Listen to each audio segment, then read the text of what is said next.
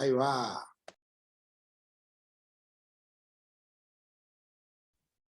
Buenas tardes. Buenas tardes.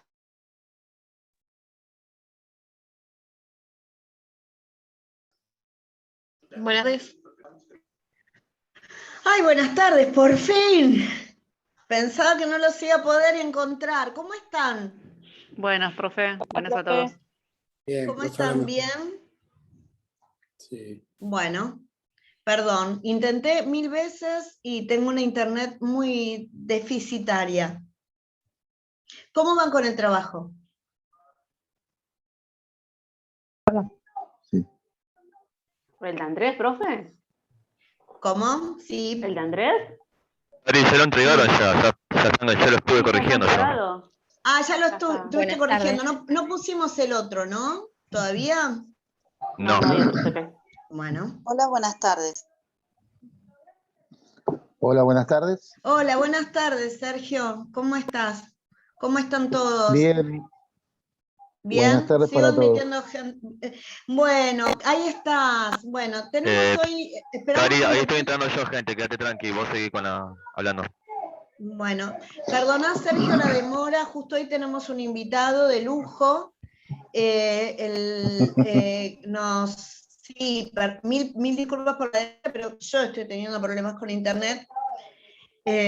Hoy, recuerden que nosotros dijimos que íbamos a tener una clase que iba a venir un operador socioterapéutico en adicciones, compañero de Diego Reynoso, que nos iba a explicar el rol, así que, por favor, hoy suma importancia que presten mucha atención a la clase, porque van a ver, digamos, de qué vamos a hablar cuando nosotros estamos hablando de operador en consumo problemático.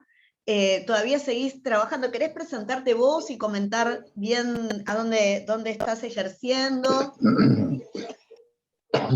Bueno, buenas tardes a todos.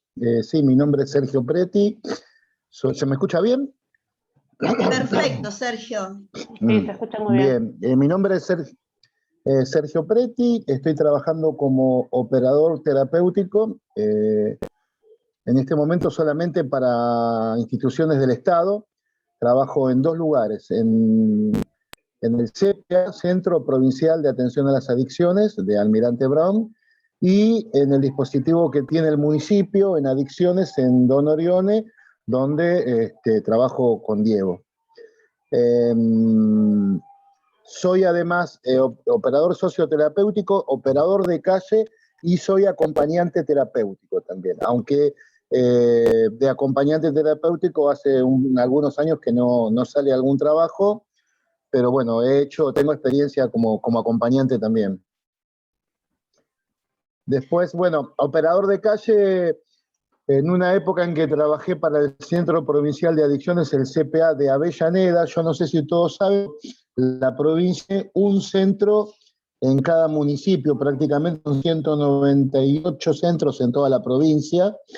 Bueno, ahora hace varios años que estoy en el Centro Provincial de Bron, pero en su momento estuve en el Centro Provincial de Avellaneda y en aquella época trabajé como operador de calle. Un operador de calle es una persona básicamente que trabaja formando referentes barriales en los diferentes barrios que puedan acercarse a los dispositivos que tiene el Estado. Básicamente eso. También, yo soy operador hace 21 años.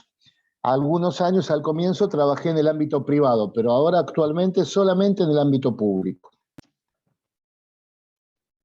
Bueno, no sé si cómo va a ser la dinámica de esta reunión, si yo voy a presentar mi trabajo, contarles de lo que trabajo, me van a hacer preguntas o como quieren disponer, no sé cómo. Yo tengo un par. Yo durante mucho tiempo formamos operadores, fui directora del SUBI mucho tiempo atrás, soy una mujer mayor, y cambió bastante lo que es el rol del operador a lo largo del tiempo. De hecho, antes, la figura, gracias mi amor, la figura del operador y del acompañante...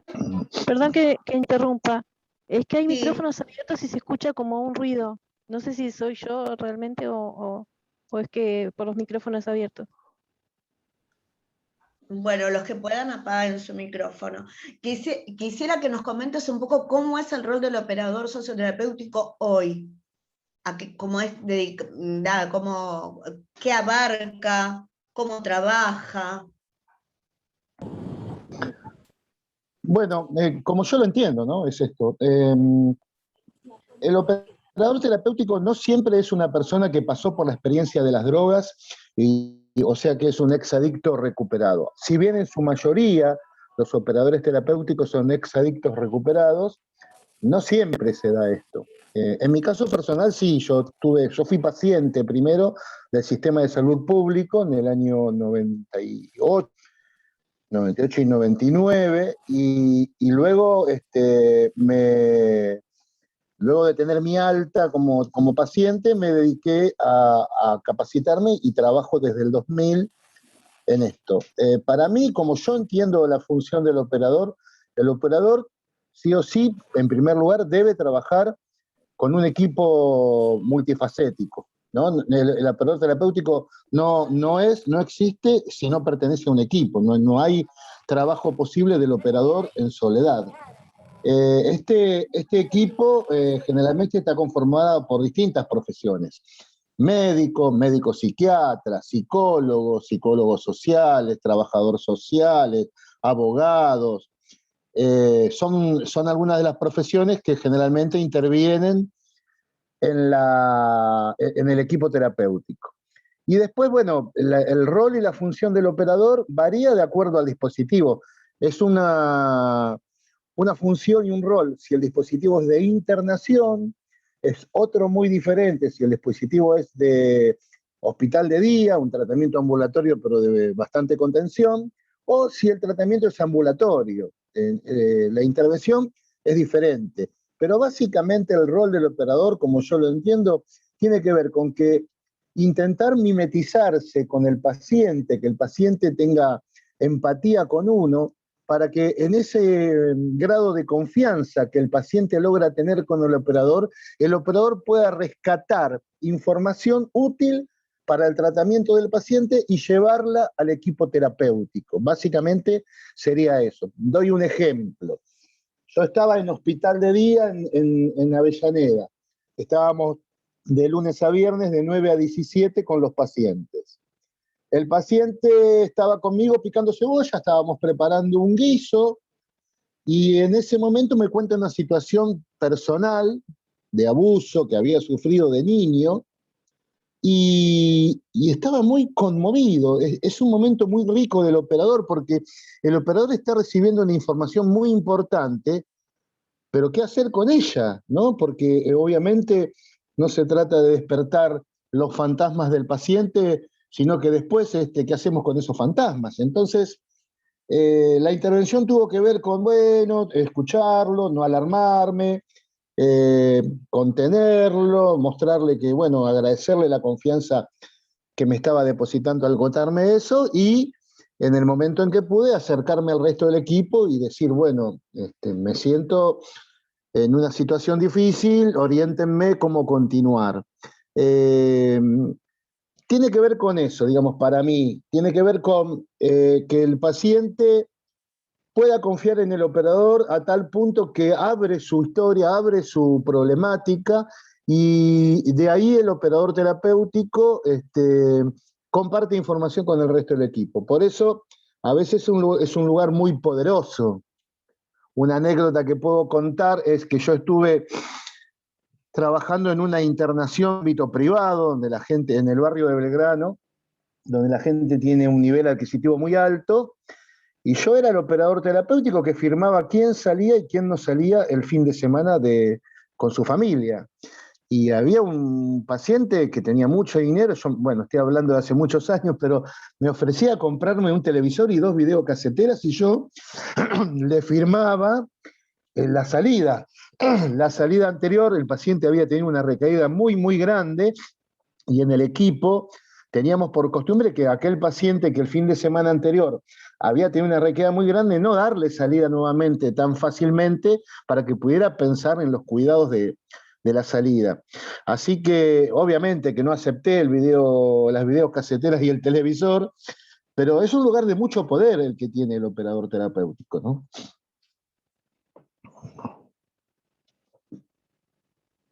Cuando vos decís empatizar, ¿qué es lo que sucede cuando nosotros siempre hablamos de construir la demanda? Cuando tenemos pacientes que van y vienen en este sentido, así que tienen recaídas, que en realidad uno sabe que existe el deseo, pero no puede todo su aparato psíquico, toda su emotividad, sostenerlo.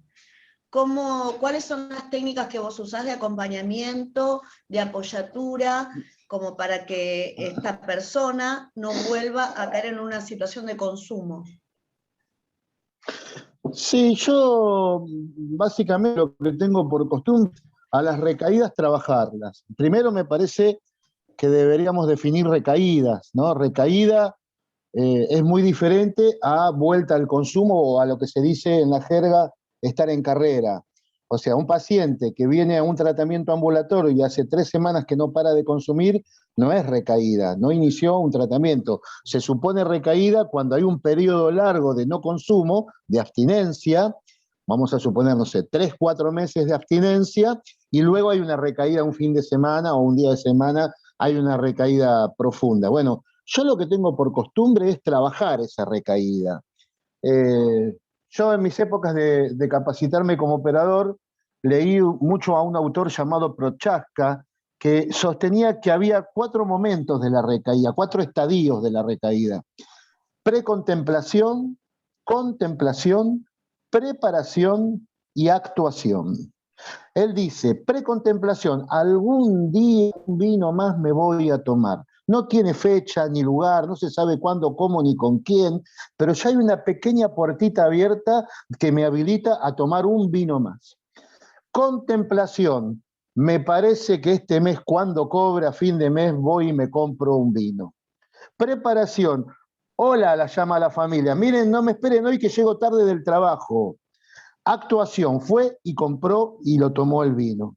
¿Qué quiere decir esto? Que la recaída no comienza con la ingesta, sino que comienza mucho antes. Por lo tanto, lo que yo acostumbro a hacer es, cuando hay una situación de recaída, trabajar con el paciente cuáles fueron los alertas que se le iban encendiendo, y sin embargo él hizo caso omiso a todo eso, no le dio atención a esas alertas que se encendían, a veces carteles rojos de neón que prenden y apagan y el paciente no quiere verlas, ¿no? Trabajar la recaída para mí significa eso, sacarle algo positivo a todo lo negativo que tiene una recaída. Sergio, vos sabés que hay muchos dispositivos que en el caso de recaídas y cuando rompe con la política institucional son expulsivos. Sí, lamentablemente. Bueno, ¿qué opinás de eso? ¿Cómo se trabaja en tu dispositivo? Que lo tirás a los leones, ¿no? Esto es como una cuestión terrible, pero bueno, hay mucha política institucional muy taxativa y dice que el paciente con recaídas o que no vuelve a su debido tiempo y demás, genera que esto se ve como una situación de dominó en toda la población y lo que hace es expulsarlo. ¿Cuál es tu visión de esto? ¿Cómo trabajas en tu dispositivo? Para que no haya este efecto dominó que dicen otros dispositivos. Sí, para nosotros en los 2 equipos donde yo trabajo, el paciente no es una obra nuestra, no es una arcilla que nosotros fuimos moldeando y que cuando termina el tratamiento y se va de alta, el paciente es algo producido por nosotros el equipo. Para nosotros el paciente es un sujeto de derecho y lo que hacemos nosotros es acompañar y orientarlo en momentos difíciles y en los no tan difíciles a cómo lograr el tratamiento. Por lo tanto, si el paciente tiene una recaída, es parte del proceso para nosotros. No la aplaudimos, pero tampoco nos rasgamos las vestiduras por esa recaída. Tratamos de trabajar mucho con las redes, ayudarlo mucho a armar redes familiares, redes sociales en su entorno, para que lo puedan fortalecer. Y después, nosotros sostenemos, en ambos equipos que trabajo, que el consumo no es la enfermedad, el consumo es el síntoma. Para nosotros, el consumo de una persona viene como consecuencia de varios factores que ha tenido en su vida o que tiene en el presente, pero no se trata de atacar el consumo, porque si eso fuera, yo agarro al paciente, lo encierro en una habitación, durante 2 años le paso un plato de comida por abajo de la puerta y no le abro, y el paciente no va a consumir. Pero el día que yo le abra la puerta, lo primero que va a hacer el paciente va a ser ir a comprar consumo. O sea, privar al paciente del consumo no es algo que tenga que venir para mí de parte del dispositivo, sino que lo tiene que lograr él. Él tiene que lograr ver cómo a veces algunos lo hacen de forma abrupta, otros lo hacen gradualmente. ¿Cómo hacer para privarse del consumo, para lograr cada vez consumir, ¿no? Todas las preguntas, discúlpame, pero o sea, te queremos aprovechar mucho, porque no encontramos mucha gente que tenga primero esta perspectiva. O sea, en consumo problemático tenemos un gran abanico, vos lo sabés, de personas que tienen perspectivas totalmente distintas, y instituciones que tienen totalmente perspectivas distintas. Lamentablemente, últimamente, no sé a razón de qué, ha habido muchas instituciones y muchos dispositivos que tienen esta mirada expulsiva de todo lo que es el tratamiento. Entonces, una vez que uno tiene la posibilidad de formar, encontrar a alguien en campo que coincidimos la mirada, te vamos a acribillar a preguntas, que las tengo todas preparadas. No hay... por lo menos en mi cabeza. Así que perdón, si te atosigo, suelo ser intensa, es mi peculiaridad, así que me decís cualquier cosa, ¿sí? No hay cuando problema. nosotros, bueno, te pido así, cualquier cosa me decís más despacio y demás. Cuando nosotros iniciamos, cuando ustedes tienen un dispositivo de características abiertas, ¿verdad? Esto es lo que tienen en Almirante Brown. Este dispositivo tiene de puertas abiertas. Nosotros encontramos quizás en situaciones, y esto ha pasado muchísimo, yo trabajé cuando formaba operadores, trabajaba con mucho patronato de liberados, hacían muchas personas que estaban con medidas, digamos, todavía punitivas, y que venían a formarse al curso en la facultad. Obviamente, a sotoboche, esto está quedando grabado, así que nada más te cuento así, a sotoboche lo íbamos impulsando. Una de las grandes cuestiones era que en los grupos, los confrontes, si te pido que acá expliques de qué se trata, grupales, terminaban a veces en situaciones bastante traumáticas porque vulneraban mucho los derechos de los pacientes. Luego vino la ley de salud mental, se empezaron a enumerar los derechos de los pacientes y un poco esto fue bajando, pero nos encontramos hoy por hoy dispositivos que son bastante agresivos con las situaciones de consumo. ¿Me comentabas para vos qué es el confronte, si lo usan en tu dispositivo, cómo se trabajan estas temáticas grupales? Sí, no, ya hace años que no confrontamos más. El confronte, hay dos maneras que yo he conocido en mi trabajo del confronto. Uno era el grupo de confronto, o grupo se llamaba convivencia, también en otro ámbito, que sentaban suponiendo en un dispositivo internacional, sentaban a 2 pacientes que se llevaban mal entre ellos, y cada uno, primero hablaba uno, el otro tenía que callarse la boca con las manos atrás, estaba en una silla, escuchar lo que le decía. El otro podía expresar todo su odio, toda su bronca, toda su energía al compañero. Y después viceversa, el que había escuchado le tocaba hablar o expresarse, y el que se había expresado le tocaba escuchar. En mi experiencia, nunca esos terapéuticas fueron positivos, porque generaban muchísima violencia, muchísima violencia. Para mí esto de confrontar, hay un modelo de comunidad terapéutica que se instaló muchos años en la Argentina, que nace con el Pastor Novelli y con Viaje de Vuelta, que fueron las primeras instituciones que hubieron en la Argentina para recuperación de adicciones. Esa gente vienen de 2 programas madre, digámosle así, que hay en el mundo, que son Daytop, que significa Día Tope en Estados Unidos, y Proyecto Uomo, que es de Italia. Por ejemplo, a la gente de Daytop, los primeros pacientes que tuvieron, estoy hablando hace muchísimos años atrás, fueron excombatientes de Vietnam. Estados Unidos le pasó, como le suele pasar muchas veces a los Estados Unidos, pensó que a Vietnam iban a una guerra que duraba 30 días, mataban a todos y se volvían, y les duró mucho más tiempo de lo que ellos esperaban. Entonces, ¿qué hizo el ejército, los ejércitos de Estados Unidos? Le empezaron a mandar drogas a sus soldados para que se puedan mantener en el frente de batalla. Lo que consiguieron como resultado fue que cuando terminó la guerra y volvieron de Vietnam, tenían un montón de adictos que no sabían curarlos o cómo dar ayuda. El programa Daytop era un programa pensado para militares. Imagínense ustedes lo disciplinario que era. Yo he trabajado en una comunidad terapéutica donde un paciente había salido el fin de semana, había comido y se lo obligaba a estar arrodillado 6 o 7 horas con un cepillo en la mano, limpiando el piso con detergente, y lo terminaba de limpiar y le tiraban otro balde de detergente. O he conocido otros lugares que aplicaban la chiqui limpieza, por ejemplo, baldear un salón muy grande con una maquinita de afeitar tipo Track 2 y un trapito, secar todo el salón. Esas cosas son de la época de los grupos de confronto, ¿no?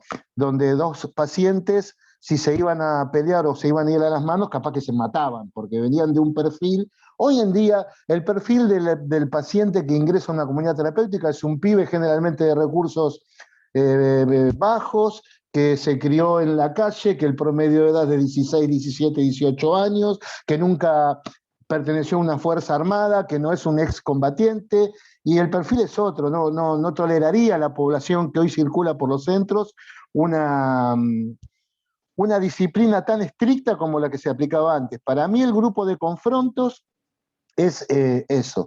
Otro confronto que conocí era en un tratamiento de internación, vamos a suponer, no se podía decir la palabra pala, por la alusión a la cocaína. Y algún compañero se equivocaba y decía pala. Entonces venía alguien que le tenía que señalar el error y le decía, ¿te puedo confrontar? La persona confrontada decía sí, y con las manos con respeto y a 1 metro de distancia, un metro y medio de distancia, perdón, le decían, ¿te puedo confrontar? Sí. ¿Por qué dijiste una palabra que no está autorizada? Y el confrontado respondía, me hago cargo no me hago cargo. Eso iba a una planilla que el propio paciente anotaba, y al finalizar el día o la semana se contabilizaba cuántos confrontos le habían hecho durante la semana, suponiendo, ¿no? A mí me parece que hoy en día eso tampoco tiene asidero, porque en realidad se descubrió estos tratamientos que son básicamente conductistas, que piensan que ayudar a alguien en las adicciones es cambiar conductas y nada más. Ha quedado demostrado que funcionan mientras están dentro de la comunidad terapéutica internados. Cuando vuelven a la calle, al mundo real y salen a la vida, las conductas se vuelven a repetir. Yo estoy totalmente en desacuerdo con los confrontos, pero totalmente en desacuerdo. Sin embargo, se da mucho en las comunidades terapéuticas, muchísimo. Sobre todo las que tienen algún corte religioso. Muchísimo, Sí, porque lamentablemente muchas comunidades terapéuticas siguen sosteniendo el modelo de hace 50 o 60 años atrás. Lamentablemente no hay comunidades terapéuticas que se vayan ayornando. Ahí vi que alguien puso, es como el delincuente que está preso, sale y vuelve a delinquir, el adicto. A mí me parece, con todo respeto a la gente de este Zoom, que es un error muy grande. Me parece que venimos de muchos años de criminalizar al adicto, y esto de que la mejor manera de que se curen es encerrarlos, tiene que ver con la misma lógica de la mejor manera de acabar con la delincuencia es meterlos a todos presos, si es posible a los 16, 15, 14 años, o desde jardín de infantes los metemos presos. Me parece que no se trata de encerrar, no se trata de internar. Hoy quedó demostrado que los tratamientos que no son internación tienen tanto o más resultado que los tratamientos de internación. Por eso, mi manera de ver, esto es personal, ¿no? Mi manera de pensar es que un tratamiento de internación no es tratamiento. Yo conozco gente que ha estado 3 años internado, pasó 3 Navidad y 3 Año Nuevo sin su familia, internado por adicciones, salió y volvió a consumir. Y vos decís, pucha, fracasó el tratamiento. Para mí sí fracasó, porque la internación no es un tratamiento, debe ser un pedacito del tratamiento. A ver, un ejemplo. claro, para que se entienda lo que estoy tratando de transmitir. Si yo tengo un problema de vesícula, el tratamiento es ambulatorio. Voy al médico, el médico me diagnostica, tiene problemas de vesícula, tome este remedio, hágase este estudio, venga la semana que viene. A la semana siguiente no me curé de la vesícula, me da otro remedio, me pide otro estudio, me da otra dieta. A la semana siguiente me dice, mire, su vesícula está por estallar, me internan, me operan de vesícula, luego me pasan a piso y luego me dan el alta y me piden que vaya a los 30 días para que me quiten los puntos. Se inició el tratamiento ambulatorio. En un momento crítico de mi vesícula me internaron, pero porque estaba crítico, y luego continué ambulatoriamente. Y a mí en adicciones me parece que es exactamente lo mismo. Yo no creo en las internaciones largas. A mí me parece que la internación tiene que estar solamente al servicio de que el paciente pueda hacer un corte abrupto con el consumo y después continuar en forma ambulatoria. Esto es mi manera de ver. Del chat, el acompañamiento de la familia es importante y qué es lo que sucede cuando, por ejemplo, es sí o sí necesaria la internación cuando hay autolesiones y demás.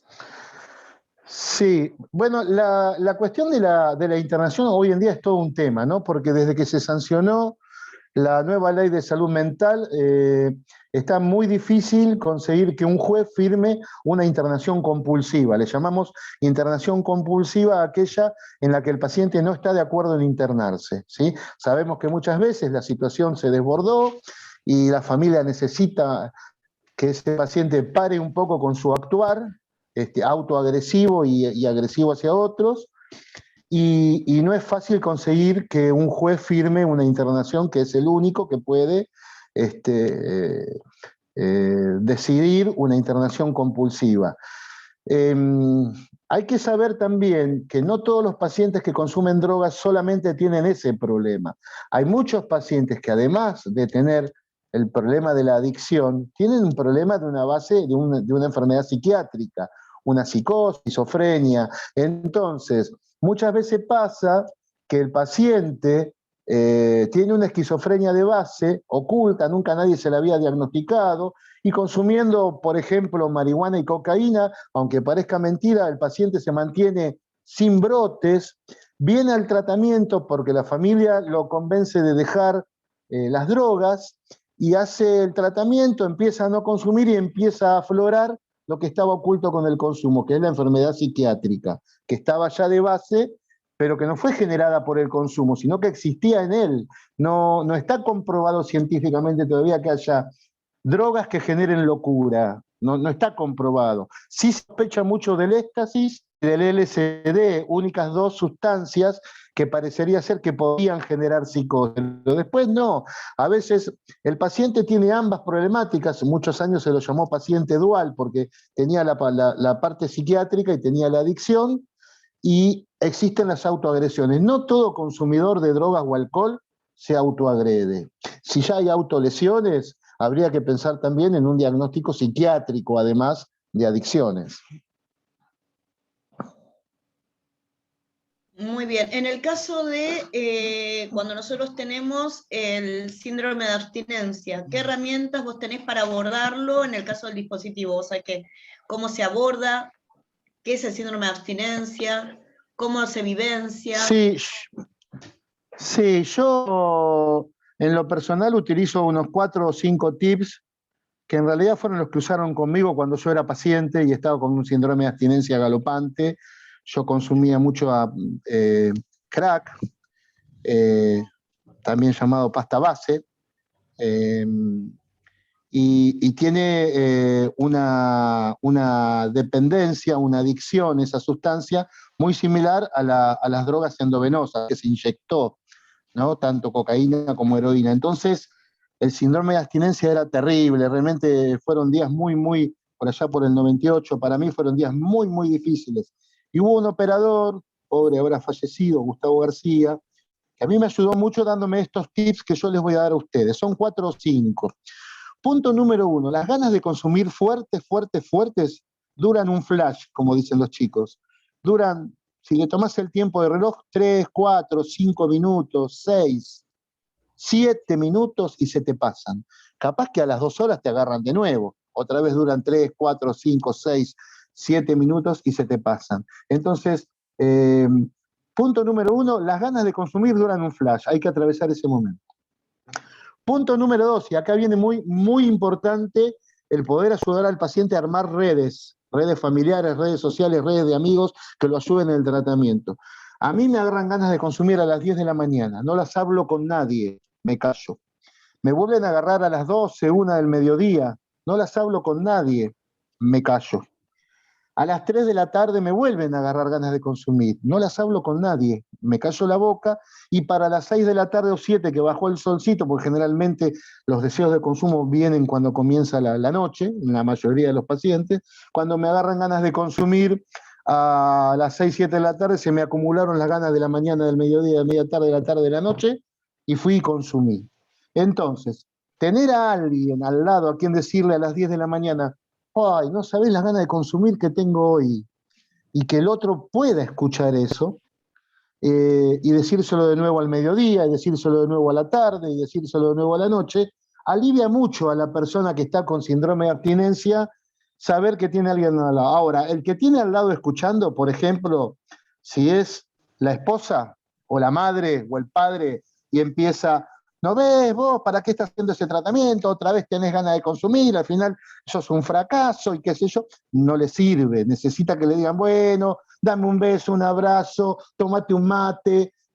Los de Alcohólicos Anónimos descubrieron que el dulce de membrillo es muy bueno, masticar un pedazo de dulce de membrillo, tenerlo en la boca, no tragarlo rápido, un helado, un alfajor, algo dulce, ayuda.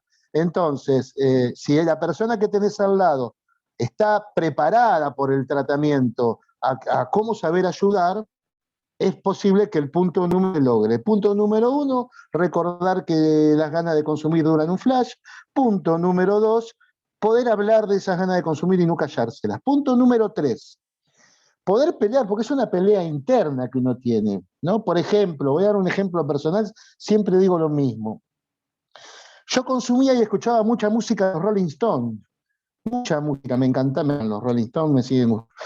Pero en ese momento de síndrome de abstinencia, donde yo tenía que lograr bastante tiempo sin consumir, que me costaba muchísimo, a mí me pasaban en la radio un tema de los Stones y me agarraban ganas de consumir. Cambiá el dial, ponete otra música diferente, empezá a descubrir nuevos tipos de música. Así me metí en el tango, en el folclore, que yo antes de eso lo odiaba. Pero digo, si yo sé que es un incentivo para mí, estoy mirando la tele y pasan una propaganda de Budweiser y es pleno verano y te muestran la cervecita fresca con las gotitas de transpiración que le caen, cambia de canal, no te quedes mirando eso, ¿no? O por ejemplo, estás en la puerta de en el living de tu casa, mirás por la ventana y ves que uno le pasa algo al otro en la vereda enfrente, él está comprando drogas, no te quedes mirando eso, salí del living de tu casa, metete en la cocina, no sé, digamos, tratar de evitar toda cuestión que incentive, ¿sí? Y después, un último tip que a mí me ayudó mucho fue la ducha. Yo al principio me he llegado a duchar hasta 10, 12 veces en el mismo día, porque yo me metía bajo la ducha, la llevaba el agua, el que tiene la posibilidad, ¿no? A agua muy fría, muy fría, casi helada, y después la llevaba a agua muy caliente, y luego a agua muy fría, y estos cambios de temperatura en la ducha en el cuerpo generan una adrenalina que no sé si será la misma adrenalina que la cocaína, pero en definitiva uno se siente un poco saciado por esa adrenalina y ayuda a mantener la abstinencia. Repaso por último entonces. Número 1, las ganas de consumir duran un flash. Número 2, poder hablar con alguien de las ganas de consumir. Número 3, no dejarse... Cuidarse de los autoincentivos, la música, las situaciones, las conversaciones, la película, los programas de televisión y la ducha. Me parece que esos son los tips que ayudan, que serán los primeros, no sé, 90 días que la persona decide dejar de consumir y extraña muchísimo el consumo, porque convengamos en algo, en la Argentina prácticamente no se consumen drogas que generen dependencia orgánica, que el cuerpo le pide. Eso es mentira. Cuando le dice un paciente, dice, ay, recaí porque el cuerpo me pedía. No, tu mente te pedía. Las drogas que se consumen en la Argentina son de dependencia psicológica, no son de dependencia orgánica. Yo me hice experta en de acompañante de caminatas. Caminata. Cuando estaban los procesos de ansiedad, ¿no? Caminata, iré o caminata. Sí, sí. Eso. Totalmente, la actividad física y el cuerpo agotado. A ver, cuando uno toma cocaína toda la noche, al otro día el cuerpo queda agotado, pero es un cansancio difícil de explicar, porque es un cansancio tóxico, con resaca, dolor de cabeza, porque tomó cocaína para subir, tomó alcohol para bajar, tomó cocaína para subir de nuevo, tomó alcohol para bajar, y entonces está todo intoxicado, dolorido. El cansancio de la caminata, como vos decís, el cansancio de la actividad física, es otro cansancio, que es un cansancio más sano y que le genera placer al paciente. Entonces está muy bien indicado la actividad física en momentos de ganas de consumir, está muy bien indicado. Y en aquellos casos que el paciente es adicto al alcohol, que a mi humilde manera de ver, los pacientes con adicción al alcohol tienen pronóstico que los pacientes con adicción a la cocaína, delirium tremens, ya lo dijo Fito Páez, digo, es una dificultad que no todos tomamos conciencia, pero el paciente que viene con un consumo de... Yo tuve un paciente de 2 litros de ginebra por día, todos los días de su vida durante años.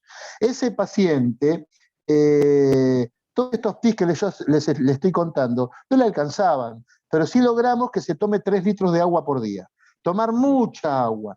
Ustedes van a ver en pacientes de Alcohólicos Anónimos que van a la reunión con su botellita de agua y toman agua todo el tiempo. Esa necesidad de ingerir un líquido la reemplazan por agua, por jugo, por terma. Otros pacientes de Alcohólicos Anónimos toman terma con soda para evocar el momento del vino con soda, y te hablo de pacientes ya más grandes, ¿no?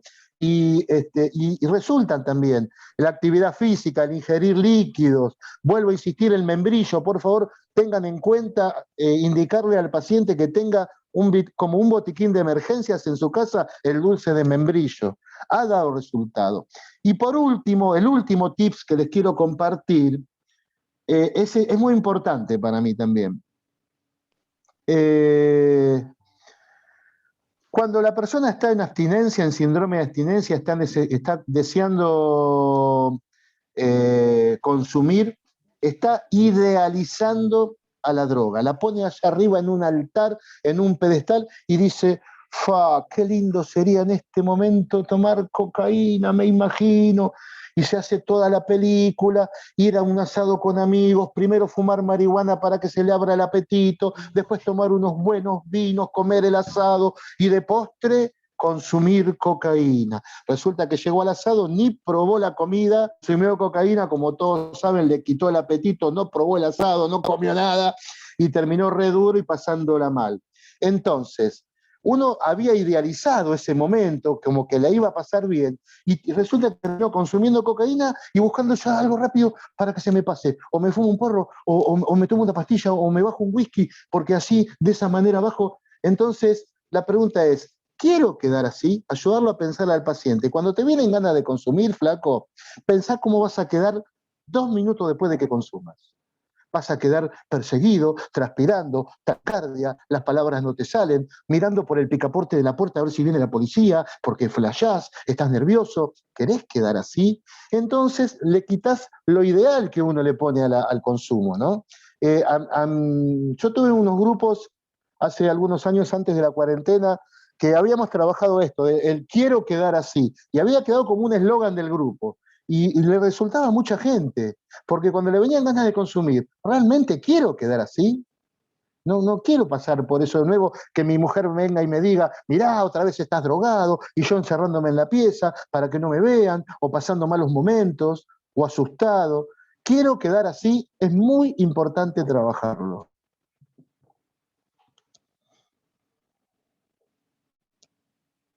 ¿Cómo te das cuenta que una persona estaba leyendo ahí un chat, sí. Dice, ¿cómo te das cuenta que una persona está bajo el efecto de consumo de cocaína? Depende mucho de la persona y depende mucho cuánta cocaína. Si es una persona que se inicia en el consumo, lleva menos de un año, ponele, y no consumió muchas veces en su vida, es probable que no te des cuenta. Lo vas a notar un poco más verborrágico, inquieto, no se queda sentado, camina de acá para allá. Si es una persona que ya tiene un problema importante con el consumo de cocaína, esto, no le salen las palabras, tartamudea, los ojos los tiene abiertos como si fuera hipertiroidismo. Nosotros le decimos en el grupo los ojos como el de oro, bien así abiertos. No tiene una gota de apetito, la boca se le traba, en vez de saliva tiene la boca pastosa, y busca esquivar las conversaciones, esquivar las miradas, y se quiere ir del lugar donde está, no quiere quedarse, porque está ante gente que no consume y se pone muy incómodo. El ritualismo, me gustó muchísimo esto que dijiste, porque hay muchos autores que hablan del efecto del ritualismo, de la droga, esta dependencia psicológica que generan en el ritual de encontrarse, en vez de con un sujeto, con un objeto que consume y que lo está consumiendo a él. Acá hay una pregunta que es importantísima, y hoy en otro grupo volvió, que es acerca de la pandemia y el consumo problemático. ¿Vos notás que esto, la pandemia hizo que hubiese más consumo problemático, más situaciones de abuso de sustancia? Mi experiencia fue la siguiente. Al comienzo de la pandemia, digamos, de marzo a agosto del 2020, que realmente había una cuarentena muy difícil de transgredir, que no se podía pasar a Capital Federal, que a las 8 de la noche no quedaba un alma en la calle, en mis pacientes hizo que el consumo bajara. Yo hasta dije, bueno, algo positivo de esta cuarentena de porquería fue que no están consumiendo tanto. Pero ¿qué ocurrió? Las convivencias, porque generalmente el paciente que consume, yo te diría el 99% de los casos, tiene problemas de convivencia con su entorno, no se lleva bien. Ya sea porque consume, ya sea porque pasaron otras cosas en la vida y el consumo viene a tapar las cosas que pasaron, ya sea por lo que sea, no se lleva bien. Incluso no se llevan bien dos personas que consumen, por ejemplo, matrimonio que consumen. El hecho de estar en cuarentenados y encerrados tantas horas hizo que la convivencia se tornara muy difícil, por lo tanto, aparecieron en pacientes que, por ejemplo, no consumían alcohol, el exceso de alcohol. O pacientes que consumían moderadamente o muy poco psicofármacos, el exceso en psicofármacos. Me parece que ahora en este momento se dio vuelta y la cuarentena hizo que se multiplicara el consumo, se aumentara el consumo. Y por otro lado, algo que me llama la atención, que yo escucho de mis pacientes, es que es muy llamativo que no dejaron de compartir el porro pasándoselo uno al otro, no dejaron de compartir la cerveza tomándola del pico, y no dejaron de compartir el billete enroscado para inhalar cocaína. Se lo comparten igual, o sea que como que no hubo una conciencia del riesgo de contagio de COVID en ese sentido. Esta es mi experiencia. Porque el ritualismo es más importante a veces que el consumo, ¿no? Todo lo que implica, ¿no? La situación. Acá te dicen clase magistral, entendí todo lo teórico ahora. Mirá qué bueno, Sergio. Bueno, muchas gracias, muchas gracias. Yo Pero creo es verdad, que para es poder... verdad. Bueno, muchas gracias, yo se los agradezco. Igual, creo que para poder trabajar bien con esta problemática no es necesario tener un máster ni pasar por la Universidad de Oxford, sino simplemente tener primero mucha paciencia, sentido común, y poder ponerse en el lugar del otro, entender que el otro está padeciendo esto. No es que, aunque pareciera por fuera que está el paciente consumiendo, está de fiesta, pepe todo el día, en realidad está padeciendo, y es una persona que sufre. Y si uno no pierde de vista eso, puede laburar muy bien.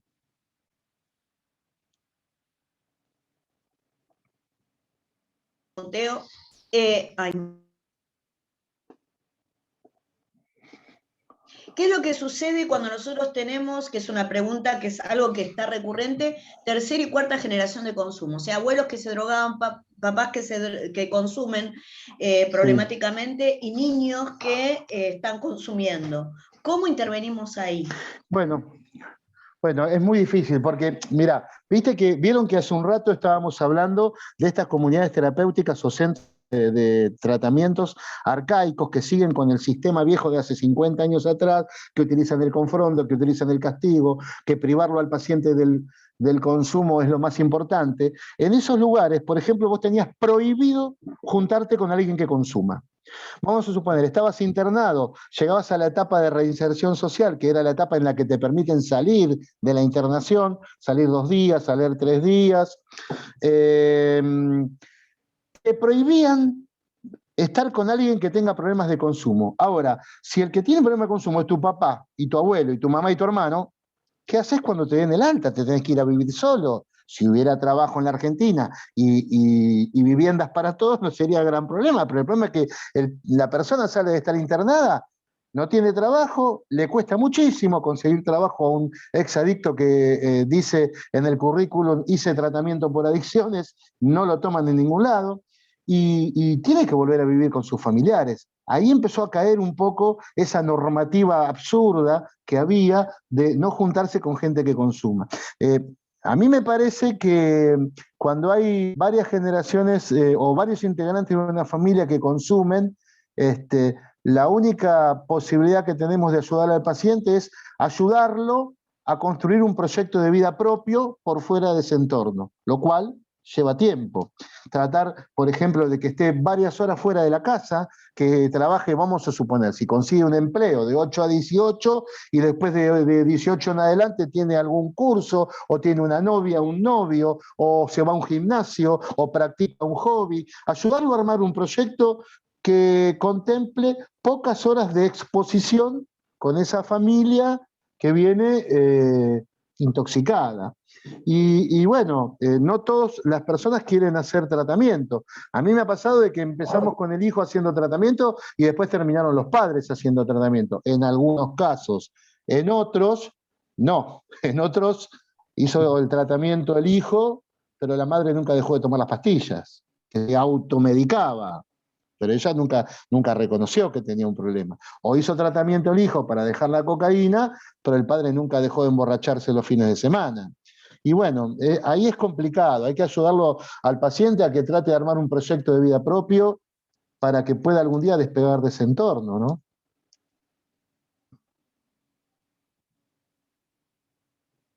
Un minutito, acá, bueno, y aparte esto es más habitual, o sea, en las consultas vienen, mi hijo está fumando marihuana y vos empezás a hacer la anamnesis y te das cuenta que el papá consume alcohol, la mamá clonazepam, pero el hijo fuma marihuana.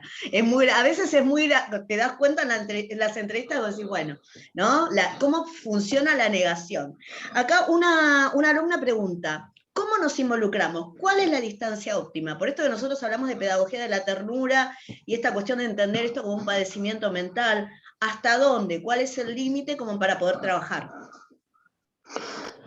Muy buena pregunta, excelente pregunta. Me parece que habla de... yo creo que los operadores terapéuticos tenemos una vida útil. Me parece que esto de involucrarse con los pacientes es una herramienta que es necesaria, como al jardinero la pala de punta, o como, no sé, como al arquitecto la cinta métrica. Me parece que no existe intervención posible de un operador terapéutico si el operador no se involucra con el paciente. Hay veces que por motivos de identificación, por ternura, por pena, por lo que fuera, uno se involucra en exceso con el paciente y no se da cuenta. Es por eso, cuando yo comencé la charla de hoy, dije que es muy importante trabajar en equipo, porque cuando el dolor que se está mimetizando con el paciente y está haciendo esa convivencia intensiva con el paciente, se sobreinvolucra, tiene que aparecer ahí el equipo que le diga, bueno, pará, te estás sobreinvolucrando, ¿no? Yo quiero contar algo personal. Yo era operador terapéutico de un dispositivo en casa de día y yo tendría unos 38 años, y llegó una chica de 20, 22 años, hermosa, realmente era muy linda la paciente, era hincha de Temperley como yo, era muy parecida a una prima chiquita que yo tenía que falleció lamentablemente, y yo me había encariñado con esa paciente. En un taller de panadería me pasó algo muy fuerte, muy fuerte. Yo estaba dando un taller de panadería y la paciente agarró mis manos llenos de masa, se los llevó a su boca y me quería sacar la masa de las manos de los dedos con su boca. Y salí corriendo a pedirle ayuda al psicólogo, a los 2 psicólogos que estaban conmigo en el equipo. Bueno, después ellos me explicaron y me hicieron entender que ella había sido una chica que en su vida se había acostumbrado a agradecer con el cuerpo las cosas que le daban y que me tranquilizara, que no era a mí que me lo estaba haciendo, sino que era a lo que yo representaba para ella. Y bueno, no pasó nada, obviamente yo tengo mi ética de trabajo y no pasó nada, pero fue tema de mi terapia, ¿no? Yo estuve en oportunidad de hacer capacitación de operadores terapéuticos y estuve con la intención, no lo logré, de que los operadores terapéuticos se puedan colegiar y tener una matrícula, pero por sobre todo un código de ética, ¿no? Porque a mí me parece que todo operador terapéutico debe hacer terapia. No estoy de acuerdo en que no hagan terapia los terapéuticos. Así como el obrero del puerto para cargar bolsas pesadas se pone una faja porque si no se le rompe la cintura o la espalda, el operador terapéutico lo que pone en juego es su psiquis en el trabajo. Y su psiquis tiene que estar impecable, óptima, y tiene que hacer terapia. Entonces, cuando te estás involucrando de más con un paciente, el equipo te lo va a hacer ver, y además va a saltar en la terapia tuya. Cuando estés en el diván con tu psicóloga o psicólogo, te va a saltar. Mirá, te estás involucrando con Juan Pérez. ¿Qué te está pasando? ¿Qué identificaciones tendrás inconscientes con él? ¿Qué cosas te hacen sentirte más cerca que otros pacientes con Juan Pérez? Esas 2 cosas, pertenecer a un equipo al cual uno le pueda pedir ayuda y hacer terapia, para sobreinvolucrarse, que es un riesgo que corremos permanentemente. Ahora, si no querés involucrarte en nada y querés cerrar la cortina cuando termina tu trabajo, irte a tu casa y no pensar en los pacientes, dedícate a otra cosa. Acá Nico decía algo importante que se usa mucho en terapia, pero es verdad, o sea, cuando uno está en tratamiento, en general sucede que los pacientes tienen una identificación con uno y que ponen cuestiones de su fantasía, uno es depositario de esas cuestiones. Y también ese tánatos que lo embistió, de repente sale con Eros y te significan a vos desde algún lugar. Es común, es casual, y ahí en ese momento sí hay que buscar la distancia óptima como para poder seguir trabajando. A veces es mucho más difícil cuando sucede con nuestra historia, cuando vemos personas que han tenido historias similares a la nuestra, y ahí la empatización muchas veces hace espejo, y ahí sí necesitamos del equipo específicamente porque nos suele pasar. De hecho, todos los que estamos acá estamos por algo, ¿no? Algo de nuestra vocatio, de nuestro llamado, tiene que ver con nuestra historia. No es casual que nos reunamos, dicen. ¿No? Sí. Hay unos artículos que escribió Freud sobre el amor en la transferencia, que yo recomiendo que lo lean para poder actualizar un poco este tema que estamos hablando. Y después hay conceptos de burnout. Burnout se llama, o erosión psicológica, se le llama al desgaste que un trabajador de la salud mental tiene con el correr del tiempo y a lo largo de su carrera, ¿no?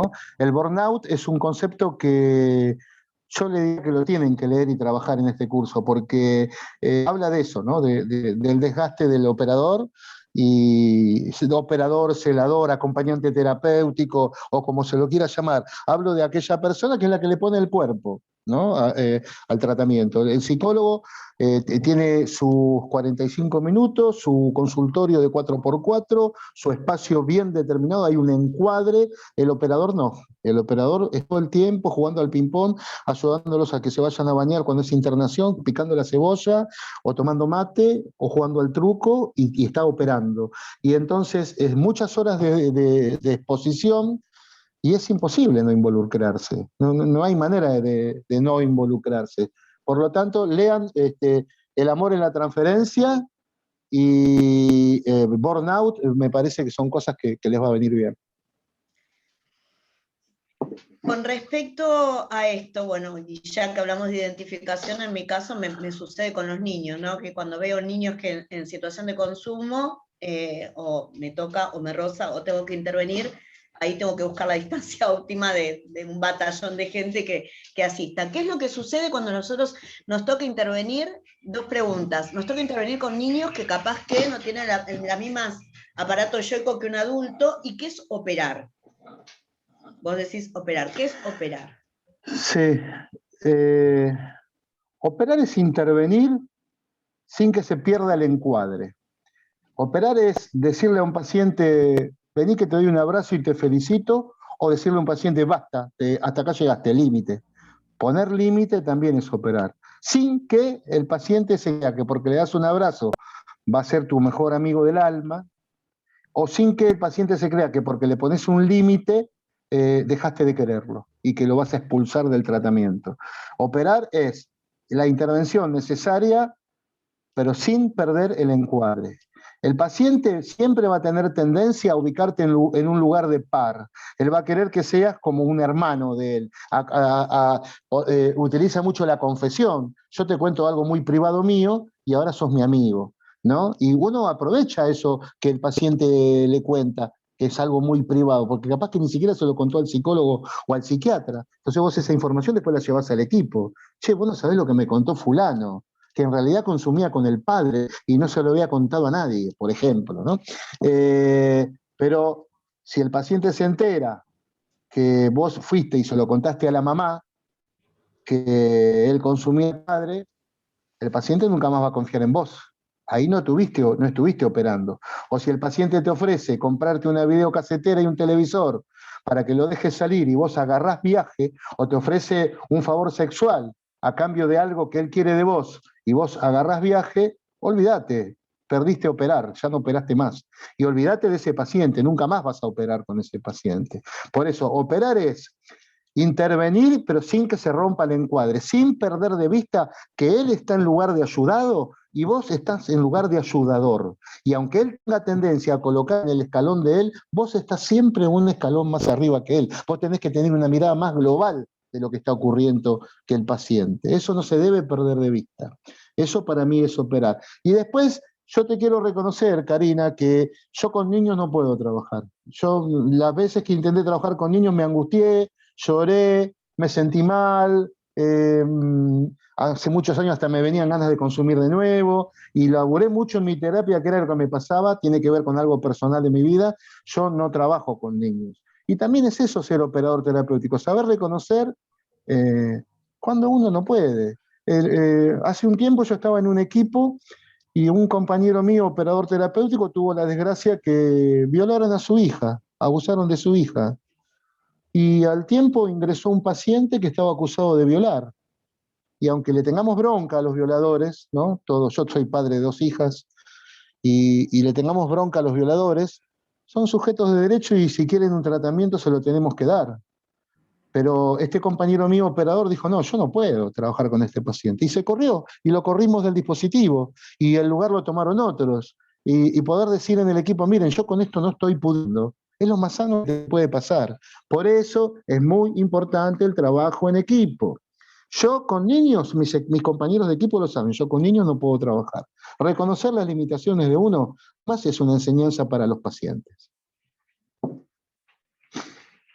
Perfecto. ¿Qué pasa con ustedes? Vos sabés que dividimos como tres grandes, como a nivel, digamos, didáctico, como 3 grandes etapas en un proceso, ¿no? Lo que sería admisión, anamnesis, incursión en el tratamiento, lo que es el tratamiento en sí, la externalización. En realidad, en este caso, la externalización es, digamos, uno lo piensa en la comunidad terapéutica, que es la más total, pero es alejándose del dispositivo. ¿Cómo se trabaja la externalización en estos dispositivos abiertos y qué sucede cuando la dependencia de la sustancia va a la dependencia del dispositivo? Que también es común no querer salir del dispositivo nunca jamás, porque ahí se siente muy contenido. Sí, yo hace años que no trabajo en internación, o sea que no tenemos no externamos pacientes en el dispositivo de trabajo porque como son ambulatorios, yo llevo unos 15 años trabajando en ambulatorio. La verdad que la experiencia de trabajar en internación, primero como operador y una segunda etapa como director de una internación, a mí me ha desgastado mucho. Yo he decidido en mi carrera no volver a trabajar más en internación, porque esto es muy intensivo todo en la internación. Digamos que las problemáticas de pacientes se intensifican, se potencian en el dispositivo de internación, todo es potenciado. Y así que hace mucho no trabajo en externar pacientes. Sí creo que estoy de acuerdo en que la externación tiene que ser desde el primer día que ingresa el paciente. El paciente no debe cortar vínculo absoluto con su entorno. Yo no estoy a favor de esas comunidades que a los 3 meses recién le dejan tener visita, o a los 4 meses recién lo dejan salir un rato. A mí me parece una locura, y me parece que la externación del paciente se trabaja desde el primer día que el paciente ingresa. Y si el paciente sale con un proyecto de vida propio, no que se lo elegiste vos, el operador le dijo, vos tenés que ser electricista de automóviles. No, a él le tiene que gustar la electricidad del automóvil. Si vos podés descubrir qué cosas el paciente tiene como potenciales para poder salir al mundo nuevamente, y lo ayudás a que descubra ese camino y que logre pequeños objetivos en ese sentido, la externización no es tan difícil. Y después, sí, he tenido pacientes que salieron de alta y consumieron para volver a estar internados, porque lo que no querían era salir al exterior. Me parece que el equipo ahí se tiene que replantear qué es lo que estuvimos haciendo todo este tiempo con este paciente, que le mostramos que el paraíso era estar acá adentro internado y que afuera era el infierno. Ahí corres el peligro de trabajar la droga como cuco, porque si estás todo el tiempo asustándolo al paciente, guarda que la droga está a la vuelta de la esquina y si te agarra vas a morir, guarda con esto, y lo asustás y lo asustás, el paciente no va a salirse nunca de ahí. ¿No? Me parece que hay que ser un poco más realistas y saber, mira, flaco, en tu vida, cuando ya no estés mal la comunidad terapéutica o la internación, te vas a encontrar 1000 veces con la droga. El tema es cómo vas a poder convivir con eso sin recaer, ¿no? Me parece que ese es el riesgo que tienen aquellos dispositivos que asustan al paciente con la droga como cuco. ¿Cómo entendés? Y la última, y te dejo respirar, la verdad que es impresionante, estás para grabar, de hecho quedaste grabado, esto va a estar subido a la plataforma de la UNAM, así que todos los alumnos van a poder consultar el material, que es rico, y tiraste todos los conceptos del curso rápidamente, pero bueno, va al último, después abrimos el debate si alguien quiere hacer una pregunta. ¿Qué es la reducción de daños? ¿Por qué se habla hoy más que nunca de la reducción de daños? ¿Vos estás de acuerdo? Me imagino que sí. ¿Cómo la trabajás y cómo elaborás el acompañamiento en esos casos?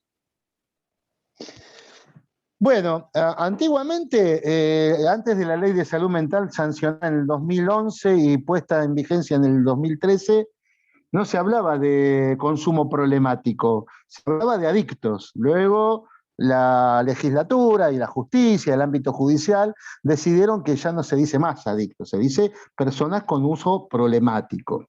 Justamente es eso, porque no todo el que fuma porro tiene una adicción. No todo el que toma alcohol es borracho. No todo el que consume cocaína, por más ilegal que sea la cocaína, es adicto a la cocaína o le trae problemas en su vida. Hay gente que por ahora, no sé qué va a pasar a futuro, pero que por ahora consume y no le está trayendo grandes problemas, ¿sí? Entonces, primero eso, se empezó a aceptar en el léxico de los que trabajamos en salud mental y adicciones la posibilidad de que el consumo existe y que aunque no nos guste, puede estar ahí. El uso, el abuso y la dependencia son 3 niveles totalmente diferentes de consumo. El uso, la persona que usa. A ver, yo doy un ejemplo siempre. Yo tenía a mi suegro, fallecido, pobrecito, que todos los días de su vida, no al mediodía, porque era arquitecto, andaba en las obras, a la noche se tomaba un vaso de vino. No le sirvas 2, porque no te lo tomaba, pero él se tomaba un vaso de vino. O sea, tomaba 365 vasos al año. ¿Era adicto? No, dice la mayoría. Respondan, chicos. ¿Era adicto para ustedes? No. Yo creo que no, profe, porque si usted con su Malbec a la noche también. Claro, digamos, no era adicto, pero tomaba todos los días. Ahora, entonces, ¿cuándo hay adicción? Hay adicción cuando el consumo es compulsivo, cuando la persona dice, hoy no voy a tomar, hoy no voy a tomar, hoy no voy a tomar, y termina tomando igual, ¿sí? Entonces, no le está haciendo daño a mi suegro, no le hacía daño ese vasito de vino. Y si alguna tuvo que dejar de tomar porque estaba con un antibiótico o porque no daba la circunstancia por algún motivo, no tomaba y listo. No tenía ese problema.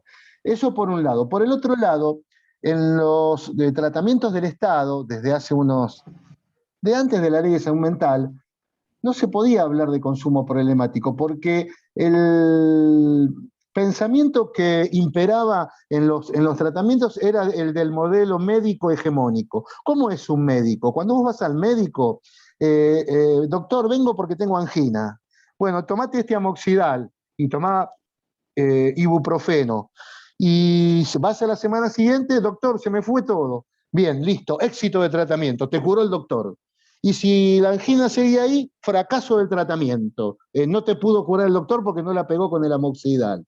Entonces, o era éxito o era fracaso. Y desde esa mirada hegemónica de la medicina, los tratamientos de adicciones durante muchos años fueron éxito o fracaso. O dejó de consumir y era un éxito, o volvió al consumo y era un fracaso. No se hablaba de reducción de daño. Ahora, a mí me ingresó hace muchos años un paciente que se inyectaba cocaína en las venas. Escuchá bien, debajo de la cama de los padres. Mirá qué rollo, pobre muchacho, arrastraba, que el único lugar que encontraba para inyectarse en las venas era abajo de la cama matrimonial de los padres. Tenía una historia, pobrecito, terminó yéndose de alta fumando marihuana, pero había armado una murga en el barrio, consiguió permiso en la municipalidad para que la murga practique tal día y tal día en la plaza para que no moleste a los vecinos, había hecho una rifa para comprar las ropas para la murga. Para nosotros fue un éxito de tratamiento y se trató de una reducción de daño. Digamos que desde el 2011-12 fecha empezó a aceptarse más en el ámbito público la posibilidad de reducción de daño, porque volvemos a lo mismo, no es el objetivo que deje de consumir, que deje de consumir está muy bueno, el objetivo es que tenga proyecto de vida para que su día no esté ocupado con consumo nada más, que el consumo en todo caso sea un pedacito de las 24 horas que tiene el día, un poquitito, y el resto de su día esté ocupado con otras cosas. Eso para nosotros es un éxito de tratamiento, para otros es un fracaso. La verdad, impecable. Impecable, aplausos. La verdad. Bueno, muchas gracias a todos. Espero que les vaya muy bien en esta capacitación que han encarado. Quedo a disposición para cuando quieran. Se comunican con Diego y listo. Y nada, hubiera estado bueno que lo pudiéramos hacer presencial más que virtual, porque esto de la virtualidad a mí me pone un poco incómodo. Pero si en algún momento se da la posibilidad, quedo a disposición. Muchísimas gracias a todos por escucharme. Sergio, obviamente que Gracias. te vamos a llamar para otra. La verdad que impecable. Tiraste todos los conceptos del curso. No sé si hay alguno que quiere alguna pregunta más. La verdad que se nota tu sí, expertise. por supuesto, tengo tiempo, ¿eh? Tengo tiempo para preguntas, no tengo ningún problema. Tu expertise es maravilloso. Uno esto lo nota muy claro, muy claro. Bueno, acá todas palabras de elogio, claro, todo, muchas gracias. Un lujo la charla, muchas gracias por compartir. Así que bueno, todas, gracias por tu tiempo. La verdad que todas palabras de elogios, muy agradecida de que hayas estado. Diego dijo que se iba a conectar, estamos en un momento medio caótico de nuestras vidas, pero de nuestras vidas históricas, digamos, en vidas con nuestras múltiples obligaciones, pero la verdad que muchísimas gracias. Gracias si no a ustedes. Yo tengo una pregunta. Excelente fin de semana. Sí, perdón. ¿Quién habla? Decime la pregunta. Brandon. Brandon. Nosotros como operadores, ¿no? Esta va más para Sergio. Nosotros tenemos que estar como más apegados al paciente, ¿no? A las cosas que él hace, ¿no? Cuando él va al dispositivo. No entendí, ¿me podés repetir? Me refiero a que cuando el paciente está en el dispositivo, ¿no? Nosotros tenemos que estar siempre pegados a él, haciendo cosas como para que él se distraiga con, ¿cómo decirlo? Cuando él está en consumo, ¿no? En consumo problemático y le agarra abstinencia, nosotros tenemos que hacer, no sé cómo explicarlo. tengo que hacer como herramientas o como para distraerlo, ¿no? Brandon creo que está hablando No, del seguimiento como para, en los momentos que tiene síndrome de abstinencia, tiene este deseo que vos bien relataste de consumir, que si nosotros Sí. somos distractores u operamos. Mirá, Claro, Brandon, a que nosotros varía estemos de muy acuerdo al acompañados. dispositivo. Mirá, Brandon, varía de acuerdo al dispositivo. Si vos estás trabajando en un dispositivo de internación donde el paciente no se va a ir de ahí, vos tenés que tratar de convertirte en un operador que le ayude a transcurrir el día con la estructura de actividades que tiene programada la institución. Ahora, si vos estás trabajando en un dispositivo donde el flaco a las 3 de la tarde se toma el colectivo y se va a su casa y tenés que lograr que venga mañana al otro día, tenés que ser muy cauteloso porque, ponele, un hospital de día funciona así, lunes a viernes de 9 a 17. A las 5 de la tarde vos lo despediste y el flaco se va a su casa, tiene a su papá que le pega a su mamá, no hay para la garrafa, tiene al tranza que le vende en la esquina. Entonces vos tenés ¿cuál es tu objetivo como operador? Que al otro día venga. Pase lo que pase, que al otro día venga, que no falte. Entonces tu intervención es otra. Todo depende mucho del dispositivo. Ahora, lograr que el paciente te cuente a vos, tengo ganas de consumir, sea en cualquier dispositivo, es un objetivo que vos te lo tenés que ganar, lo tenés que trabajar eso. Tenés que ir yendo de a poquito, Claro, como tratando de que ganarme su él diga, confianza. tengo ganas de... Exactamente. Y si una vez que Ganarme su logres eso... confianza y empatizarme con él. Exactamente. Y una vez que logres eso, ver qué te pasa a vos cada vez que te dice tengo ganas de consumir. Si entras en estado de alarma, si te agarra una psicosis general, o si sabés poder mantenerte tranquilo y hacerle ver al paciente que bueno, que sí, que ganas de consumir le van a surgir. Pero lo importante es que él está ahí sentado haciendo tratamiento con vos, que eso es lo Claro. importante. Que las ganas de consumir no es algo que el paciente pueda regular. Le pintan y le pintan. ¿Y cómo haces? Bueno, cada vez que te pinten, veremos cómo y probaremos cosas, qué sé yo, desde el dulce del membrillo, pasando por la ducha, pasando por hablar, salir a correr, anotarse en un gimnasio o empezar a estudiar guitarra, qué sé yo. Buscar de alguna También se manera le de que pueda... también se le puede implementar las prácticas budistas, porque yo hago prácticas budistas diario, porque yo a veces tengo ataque de ansiedad, entonces eso es algo que me ayuda bastante. Sí, yo nunca practiqué budismo, sí conozco gente que lo ha hecho y sé que ha logrado una paz interior y una calma interior muy linda, Claro, muy envidiable, y por porque supuesto que sí, lo que practica el budismo es eso, es el conectarse con uno mismo y aparte sí, estás en una zona que vos sabes que nada te va a pasar, vas a estar tranquilo y puedes meditar tranquilo. Yo, por ejemplo, sí, cuando me siento muy ansioso, estoy en mi pieza, me prendo un incienso y empiezo a meditar por 1 hora, ¿no? Igual eso depende de las personas, pues Claro, si a esa imagínate, ni budismo ni yoga me muero muerta, no sí. no podría, pero sí, por ejemplo, otras cosas. Muero muerta o mato a Sí, alguien, mira, porque al contrario, no puedo estar quieta mucho yo no tiempo. Brandon, perdón, yo no lo avalaría ni lo descartaría. Yo lo que te Claro. diría, Brandon, hablalo con tu equipo. Si el psicólogo, el psiquiatra, el trabajador social y todos los que trabajan en tu equipo están de acuerdo, y dale para adelante con el budismo, pero porque tiene que ser una herramienta que el equipo adopta, no que el operador adopta. Nunca un operador debe cortarse solo, nunca un operador debe decidir solo. Siempre recordar que pertenecemos a un equipo y todo tiene que ser aprobado por el equipo. Porque además, me viene bien, ¿puedo meter un temita más? Chiquitito. Sí.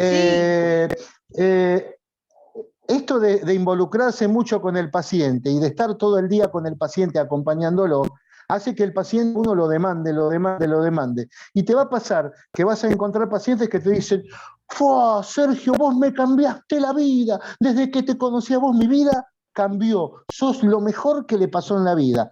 Hasta que tiene un problema, recae, se la pega en la pera o algo, y vos sos el culpable de todos sus males. Todo lo malo que le pasó en el mundo es culpa tuya. Ni sos el Dios que lo salvó, ni sos el diablo que lo hundió. ¿Cómo evitás que te pase eso? Siempre mostrándole al paciente con palabras, con hechos, que no sos vos, que vos representás un equipo y que si van a decidir autorizarle la salida al fin de semana, es el equipo, no sos vos solo. Y que si van a decidir pasarlo a la próxima etapa que viene de tratamiento, es el equipo, no sos vos solo. Entonces la transferencia al paciente no la hace con vos, la hace con el equipo. Si la transferencia el paciente la hizo con vos y él se cree que vos sos el que le salvaste la vida, revisá tu trabajo porque no lo estás haciendo bien. Bueno, Sergio, nada, un gustazo enorme. Te llamamos al cierre. Estamos viendo la posibilidad de poder encontrarnos en la presencialidad, así que ahí vamos a requerir y te vamos a invitar gentilmente para cuando puedas estar. Y la verdad que nada, te recontra disfrutamos. Muchísimas gracias. Gracias a todos, buenas noches. A todos, a todas, buenas noches, todo está en el campus virtual, pasen un lindo fin de semana y disfruten mucho. Hay solcito. Buenas noches. Buenas noches. Relájense. Buenas noches, Gracias. muchas gracias. Buenas noches. Hasta luego. Gracias. Se droguen. Muchas gracias.